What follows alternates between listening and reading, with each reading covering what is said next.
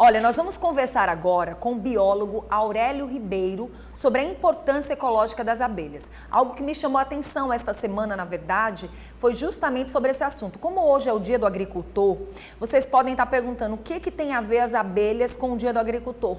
Tudo. Só para vocês terem uma ideia, antes de eu falar com o Aurélio aqui, a falta de abelha, ela pode trazer danos, sim, para a agricultura. E quem vai poder falar um pouco mais sobre esse assunto, e a gente vai poder mostrar para vocês a importância das abelhas, dos insetos, na verdade, mas principalmente as abelhas, para que a gente tenha bons frutos, que a gente possa ter produtos de qualidade na nossa mesa e principalmente que a gente não veja esses alimentos saírem, né, da produção, é que a gente precisa muitas vezes das abelhas. Aurélio, falei alguma mentira ou não? Muito bom dia, meu querido.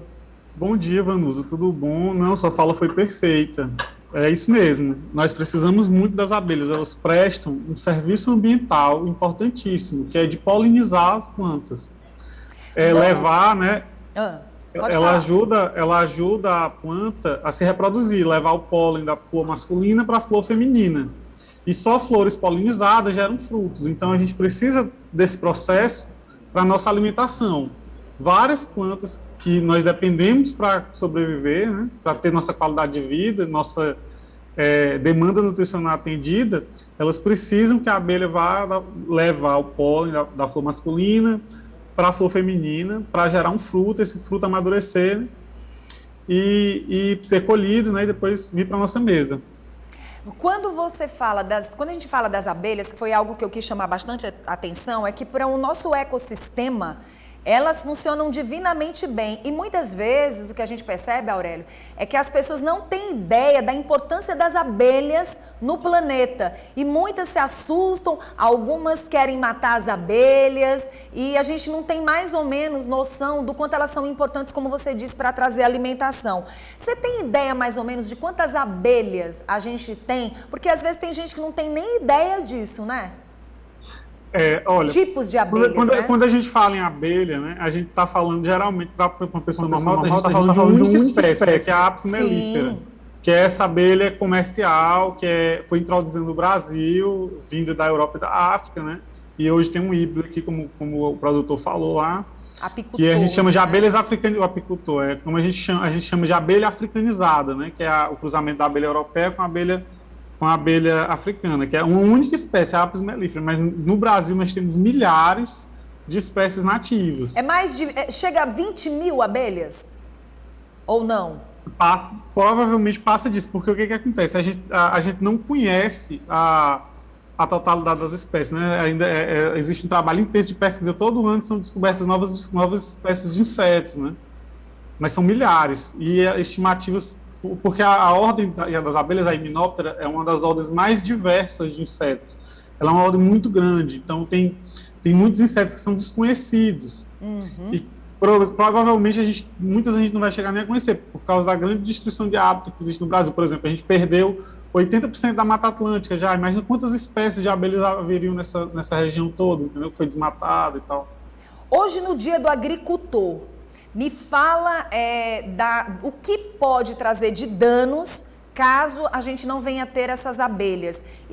Existe até uma história de que caso eles sintam que as abelhas estejam realmente sendo extintas, né? Que elas venham a sair do planeta, que eles queiram até utilizar abelhas através da tecnologia para que elas possam fazer o processo. Não é a mesma coisa, né?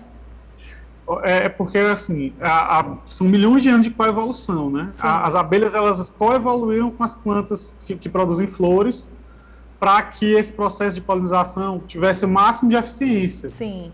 Então, é muito difícil para a nossa tecnologia replicar esse processo que levou milhões de anos para ocorrer, certo? E muitas plantas dependem de espécies, de relações muito específicas. Às vezes, só existe uma espécie de polinizador para uma determinada planta.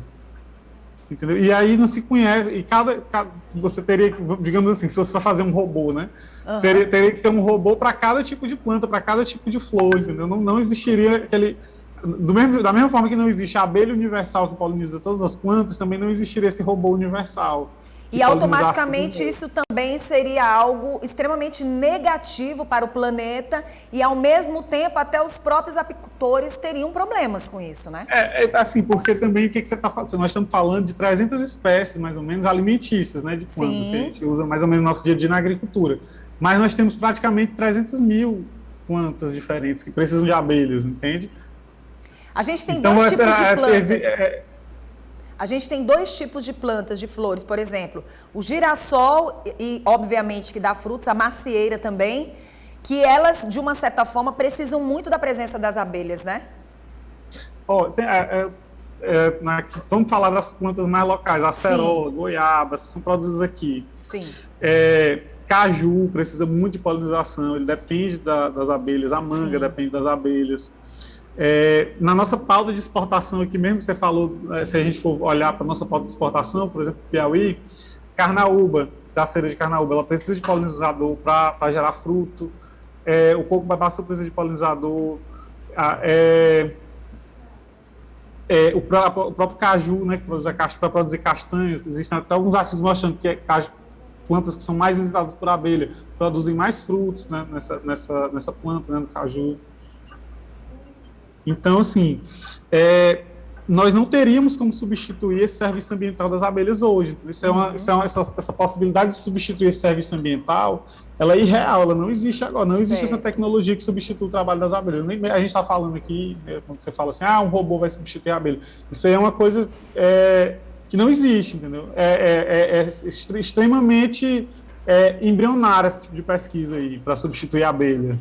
Agora, assim, para chamar a atenção da população e, ao mesmo tempo, nesse dia do agricultor, fica aí também a dica e a importância, principalmente, dos alimentos que chegam na nossa mesa, né? Que as pessoas possam valorizar ainda mais esses insetos, né? Além das abelhas.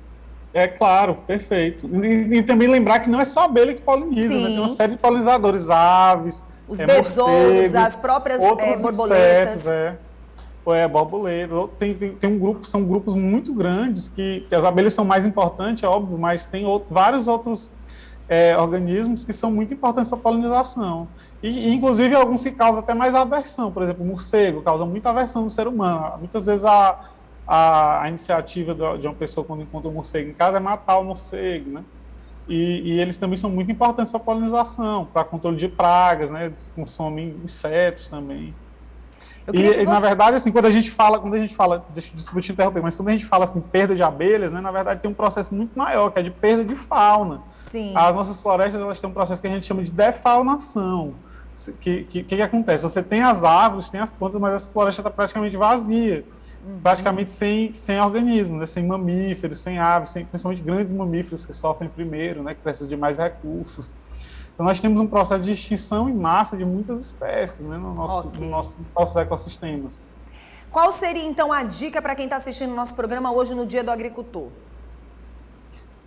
Primeiro, assim, tem a necessidade de qualificar as coisas, né, e conhecer melhor. Por exemplo, quando a gente fala em abelha, a maioria das pessoas identificam uma espécie. Lembra da abelha, que é como eu estava falando, a abelha africanizada, mas nós temos muitas espécies de abelhas nativas. Sim. Que são muito ameaçadas, algumas inclusive ameaçadas de extinção. Por exemplo, o urso amarelo já é considerado ameaçado de extinção. Algumas estão sob risco de perda de hábitat. Uma tiúba, que é uma espécie local aqui, que é muito comum no Piauí e no Maranhão. Então, assim, o ideal é que, primeiramente, se você não conhece, não faça nada, não mate a abelha, não queime a colônia.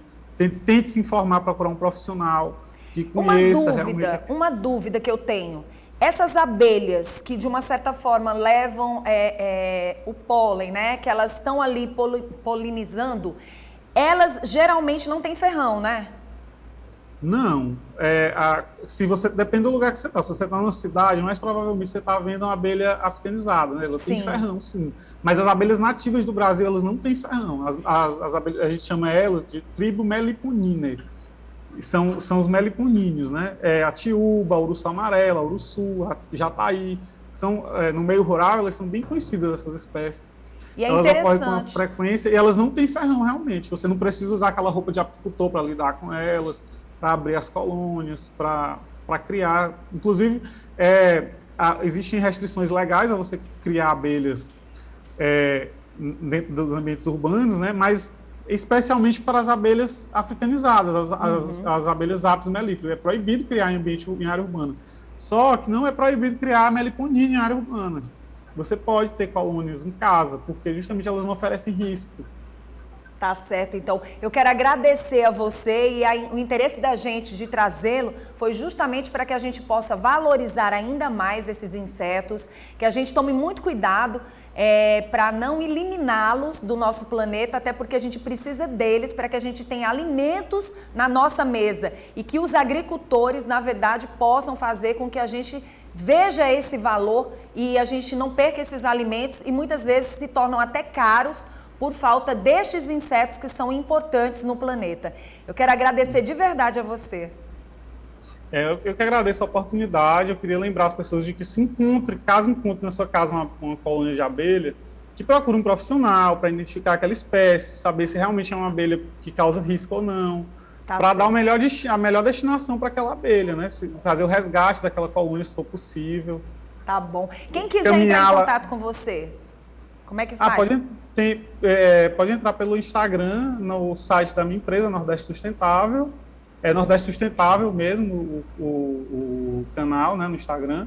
Ou pelo meu telefone, se você puder pôr no ar, 9929-0388. Tá certo. Eu sempre muito solícito com as pessoas, quem me procura, eu sempre respondo. Vamos conscientizar as pessoas sobre esse assunto, porque ele é muito importante, principalmente para a agricultura. Obrigada, meu querido. Eu que agradeço a oportunidade. Bom dia.